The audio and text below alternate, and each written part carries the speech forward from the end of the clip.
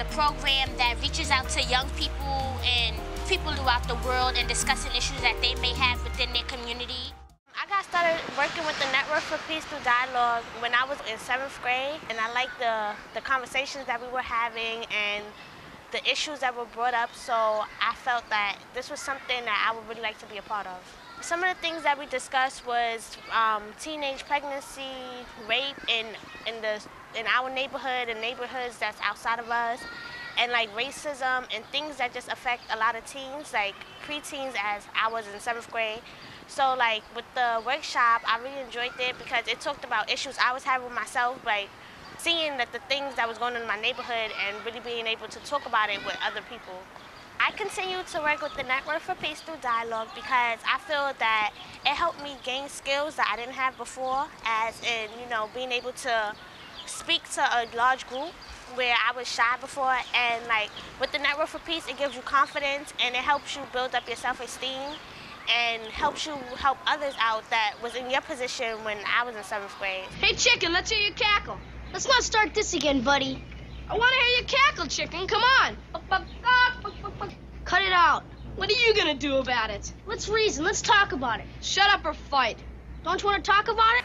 I think the youth programs that we do are so important because it's actually working with young people who are thinking about issues going on within their communities, thinking about the concerns that they have about how things are in their city, in their communities, in their schools and families, and really working together to address them through dialogue, through talking with one another, through getting a sense of where other people are coming from, getting a better understanding of where they themselves are coming from, and really looking to what they're doing, working for peace and change in New York, but then also really connecting with other people in that process and building something from there. I think probably the most important concept that we are doing is to help our students to communicate effectively, to be able to make good decisions that will impact them for long term, to give them the opportunity to develop good skills within the community. And so I was very excited to be a part of this because I think communication is a big issue that often goes at the last phase of the children's transition. And so the cultural diversity concept and understanding sexual harassment is some of the training that I do for the students, and it's been a great privilege to see the children grow and develop.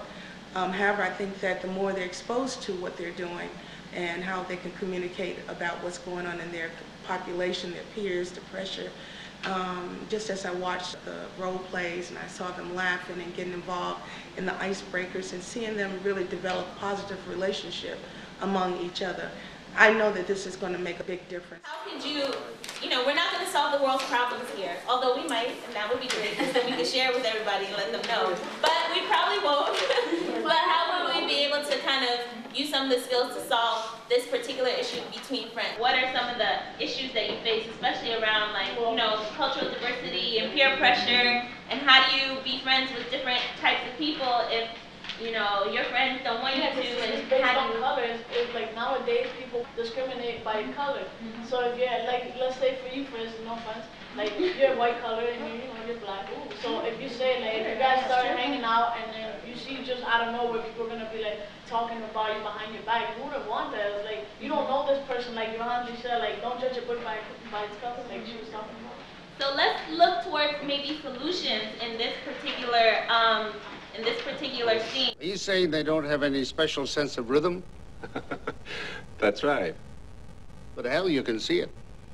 You can't turn on a television set anywhere without seeing those kids dancing.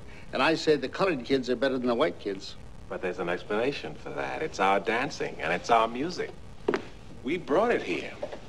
I mean, you can do the Watusi, but we are the Watusi, if you know what I mean. For you to understand somebody else, you need to have an open mind. So I try to understand other people, so that's what I do, try to have an open mind for everyone individually.